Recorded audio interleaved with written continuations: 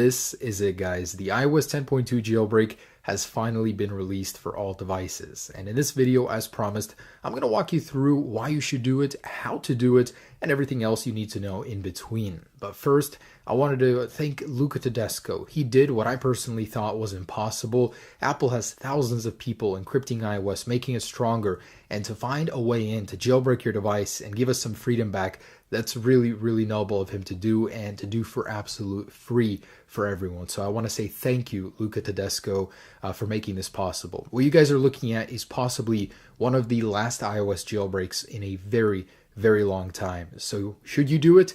Absolutely. I mean, you can remove it at any time. This makes your device even more rare and its value will even go up. But beyond that, you guys will be able to do so many cool things that previously you couldn't. Dark mode, tweak any little area of iOS that you don't like, change it to your liking.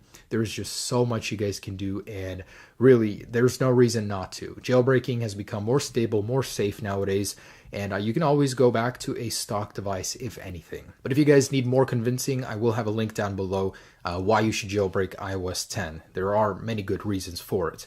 But anyways, this is a very simple process. It takes like 2 to 3 minutes. The only downside is that this jailbreak needs to be rerun every 7 days. But it's such an easy process, you don't have much to worry about, and I'll show you what I mean.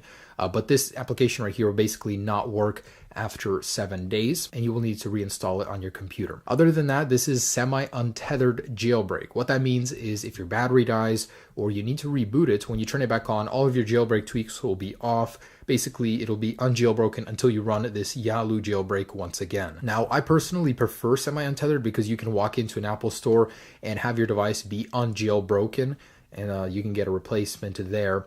But yeah, you can turn it on and off at will.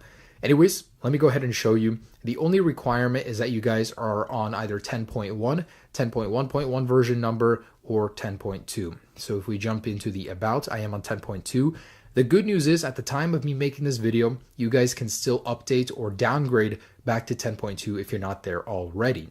So this jailbreak supports the iPhone 5S, the iPhone 6, the iPhone 6S, and even the iPhone 7.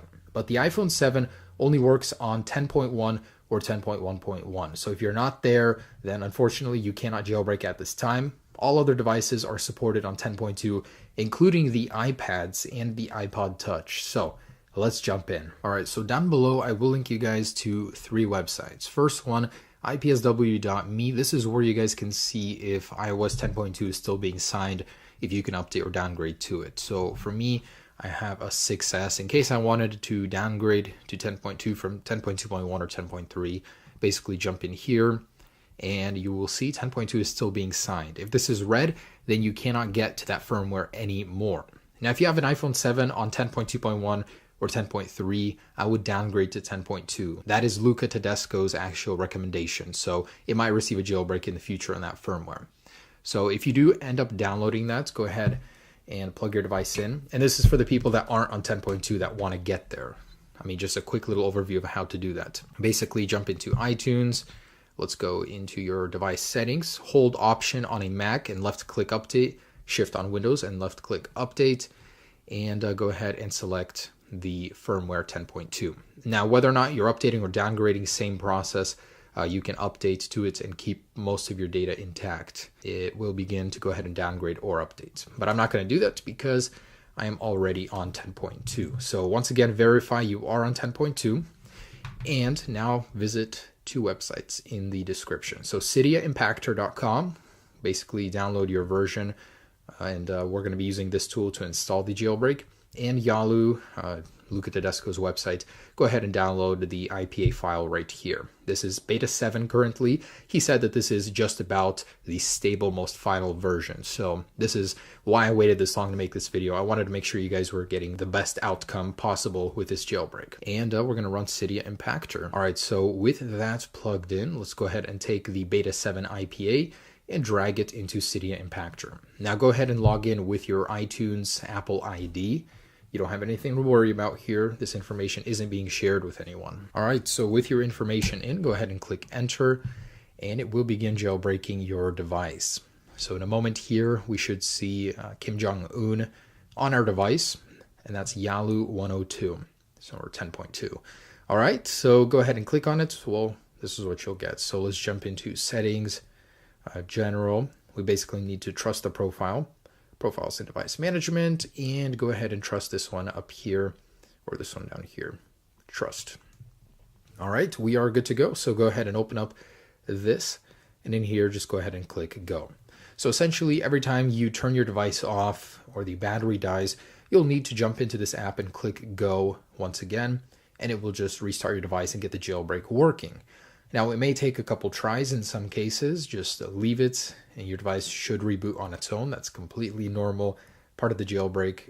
And in a second here, we should reboot with Cydia on our device.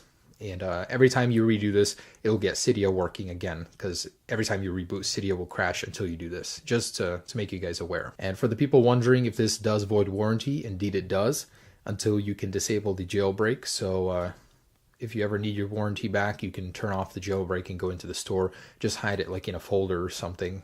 I've heard that works for some people. Anyways, so you should see Cydia. If you don't, repeat the process as many times as it takes, but it should work on the first or second try. And jumping into Cydia, you guys are now fully jailbroken. Mobile Substrate has been enabled on this version, so all of your tweaks will begin working immediately. I actually have a couple of videos on those already. I'll be releasing more. And yeah, you guys are jailbroken. It was that simple.